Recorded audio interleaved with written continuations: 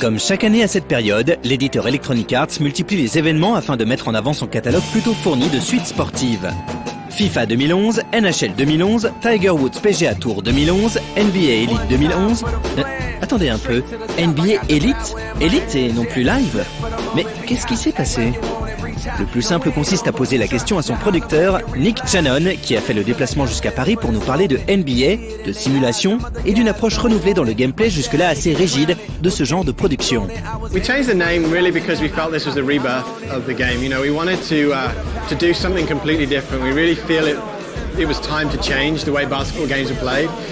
You know, really, basketball games are being played the same now as they were on PS2 and Xbox, and we really feel that needs to change. You know, you look at other sports titles, they've really taken that next step, and we wanted to do that this year with NBA Elite.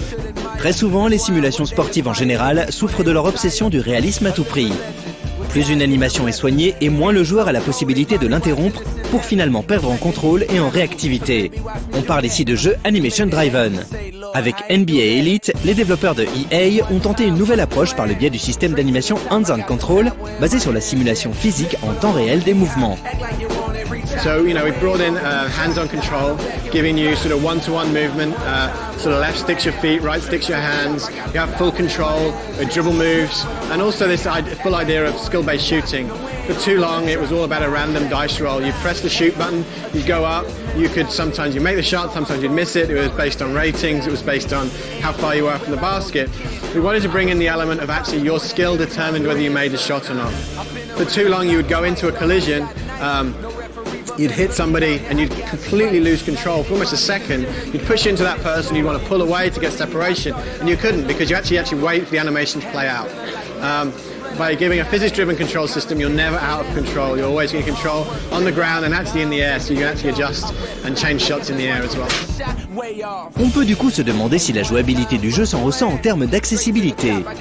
In terms of it being more difficult to play, no. I mean, we've done extensive testing on our controls and everyone says it's very, very intuitive.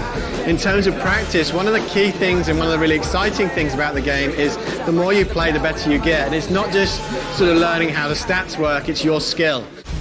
Mais on ne peut pas terminer ce sujet NBA sans aborder un instant le légendaire NBA Jam qui opère son grand comeback sur Wii. So NBA Jam was first released in the arcades in 1993. The arcade machines did over $1 billion in revenue in 1 quarter at a time. You had to put in your quarters to play the game. It's a classic game. Everyone remembers it. A classic 2-on-2. It's sort of mainstream arcade basketball. And it was a game that we wanted to do something like that on the Wii, and what better way to bring it back than to bring back a classic that is NBA Jam. By doing that, we wanted to be very true to the original. So we brought in Tim Kitzrow, who was the original voice announcer. You know, really kept very true to the original gameplay, but given a modern day twist. So, you know, the visual style, the players, the characters, very modern twist, and some new gameplay elements as well. Et le rétro style alors? Car ce qui faisait la force du NBA Jam originel, c'était sa direction artistique atypique, avec des joueurs certes reconnaissables, mais au look cartoon. It's something we're really proud of. It's something we wanted to be very true to the original, but obviously we had to give it a modern day twist. And we were looking at how we could make a great Wii game and how we could make it look great. And just came up this idea of using the heads, the photos on the heads, and you know, it was one of those things where it was like, oh, I don't know, and then we saw it in action. It's like, this is amazing. It fits Jam. It looks incredible. And on the Wii, you just couldn't get that fidelity of you know, resolution in a model head.